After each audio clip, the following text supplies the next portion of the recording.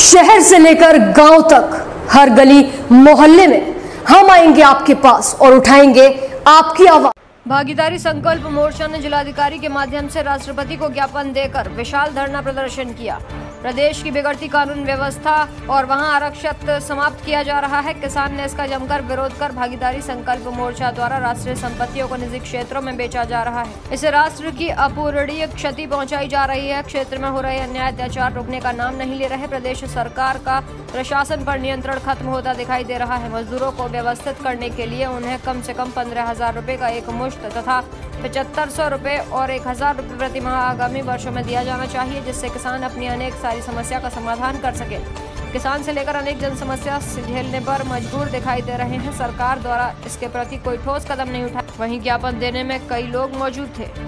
India news के लिए bureau chief आनंद दुबे। आप लोग समांतर कर रहे हैं।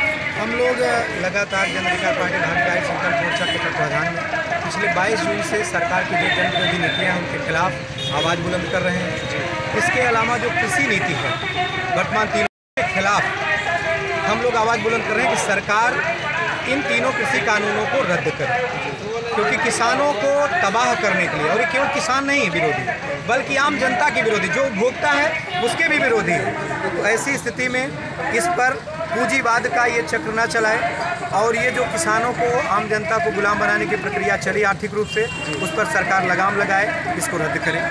इसके अलावा जो राष्ट्रीय शिक्षा नीति है जिसमें प्राइवेटाइजेशन लगातार बढ़ावा देने की बात हुई है, जिसमें ये हुआ है कि शिक्षा महंगी हो और परंपरागत पेशे पर आधारित जो व्यवसाय है उसको बढ़ावा देने की बात कही। इसका मतलब है कि जो परंपरागत व्यवसाय हैं वो जातिगत व्यवसाय होते हैं और जातिगत जो व्यवसाय हैं उनको बढ़ावा दे करके ये क्या करना चाह रही हैं कि जो जिस जाति में परंपरागत पेशे थे उसी में अटके रह जाएं, उनके बच्चे कलम की पावर तक न पहुँचने पाएँ और विभिन्न पदों पर जो है नीचे से लेकर ऊपर तक वहाँ न पहुँचने पाएँ। इन सब स्थितियों के खिलाफ हम लोग लगातार लड़ाई लड़ रहे हैं।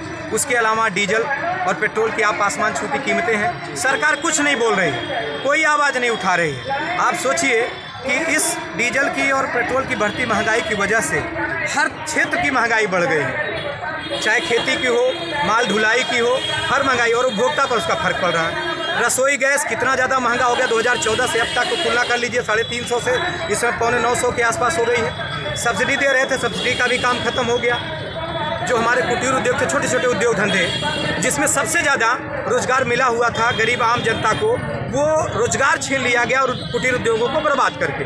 उस पर सरकार का कोई ध्यान नहीं है। सरकार हिंदू मुसलमान, भारत पाकिस्तान, गाय भैंस, मंदिर मस्जिद में कर रही है। सरकार का ध्यान युवाओं की बेरोजगारी की तरफ नहीं। बेरोजगारी बढ़ी है तो अपराध बढ़ रहा है लगातार, और अगर बेरोजगारी ज़्यादा रहेगी तो अपराध पे कोई भी कंट्रोल नहीं कर पाएगा, क्योंकि पेट की भूख से बढ़कर कोई भूख नहीं होती। तो हम लोग उस पर लड़ाई लड़ रहे हैं कि सरकार बेरोजगारी पर ध्यान दे, उद्योगों पर ध्यान दे, शिक्षा पर ध्यान दे। शिक्षा का बजट बढ़ाने के साथ साथ जो ये राष्ट्रीय शिक्षा नीति लेकर के आए, भेदभाव बढ़ावा देने वाली, उसको रद्द करें। इन सब चीज़ों को लेकर के जन अधिकार पार्टी भागीदारी संकल्प मोर्चा प्रदेश के 75 जिलों में और सभी जिला मुख्यालय और तहसीलों में हम लोग ज्ञापन देते हैं हर सोमवार को, और अनवरत जारी है। ये तब तक जारी रहेगा जब तक कि सरकार हमारी मांगे नहीं मान लेती, और अगर मांगे नहीं मानेगी तो जब तक हम इसको उखाड़ के फेंक नहीं देंगे तब तक हम मानने वाले नहीं। क्या नाम है आपका? बबलू मौर्य, मंडल प्रभारी आजमगढ़ मंडल, जन अधिकार पार्टी। जन अधिकार पार्टी।